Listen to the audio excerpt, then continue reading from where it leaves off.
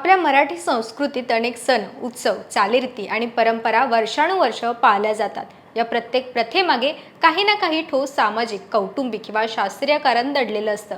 अशीच एक पूर्वपार चालत आलेली अतिशय महत्त्वाची आणि भावनिक प्रथा म्हणजे आषाढ महिन्यात नववधूला माहेरी पाठवणं. लग्नानंतर येणाऱ्या पहिल्या आषाढ महिन्यात नवीन लग्न झालेल्या मुलीला काही दिवसांसाठी तिच्या माता पित्यांकडे म्हणजेच माहेरी पाठवलं जातं. या प्रथेला आपल्याकडे आषाढ पाळणे असंही म्हणतात. पण या आषाढ महिन्यात नववधूला माहेरी का पाठवलं जातं, यामागे केवळ जुन्या समजुती आहेत की काही शास्त्रीय आणि आरोग्याशी संबंधित कारणे आहेत? आजच्या या व्हिडिओमध्ये आपण या रंजक आणि महत्त्वपूर्ण परंपरेविषयी सविस्तर जाणून घेणार आहोत. नमस्कार, मी मयुरी आणि आपण पाहतात मुंबई आउटलुक. लग्नानंतर मुलीचं संपूर्ण आयुष्य बदलतं. नवीन घर, नवीन माणसं, नवीन जबाबदारी आणि तिथली संस्कृती या सगळ्याशी जुळवून घेताना नववधूची मानसिक ओढाताण होत असते. लग्नाच्या सुरुवातीच्या काळात तिला माहेरची ओढ लागलेली असते. अशा वेळी आषाढ महिन्याच्या निमित्तानं तिला माहेरी जाण्याची हक्काची संधी मिळते. माहेरी आल्यावर ती आपल्या आई वडिलांशी, जुन्या मैत्रिणींशी मनमोकळा संवाद साधू शकते.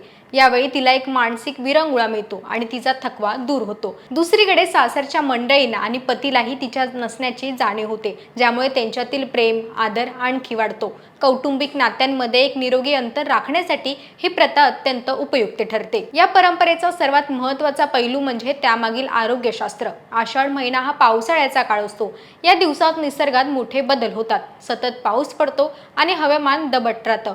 वातावरणातील या बदलामुळे पचनशक्ती कमकुवत होते आणि अनेक प्रकारचे संसर्गजन्य आजार पसरण्याचे धोका असतो. जुन्या काळी वैद्यकीय सुविधा मर्यादित होत्या. जर या काळात नववधू गरोदर राहिली तर तिला आणि होणाऱ्या बाळाला संसर्गाचा धोका निर्माण होऊ शकतो. ऋतू बदलाच्या या काळात स्त्रीच्या शरीराला आणि मनाला विश्रांतीची गरज असते. त्यामुळे कोणत्याही शारीरिक व्याधी किंवा संसर्गापासून तिचं रक्षण व्हावं म्हणून तिला सुरक्षित वातावरणात म्हणजेच माहेरी पाठवलं जायचं, जिथे तिची आई आणि विशेष काळजी घेतली जाऊ शकते. या प्रथेला काही धार्मिक आणि ज्योतिषशास्त्रीय संदर्भही जोडले आहेत.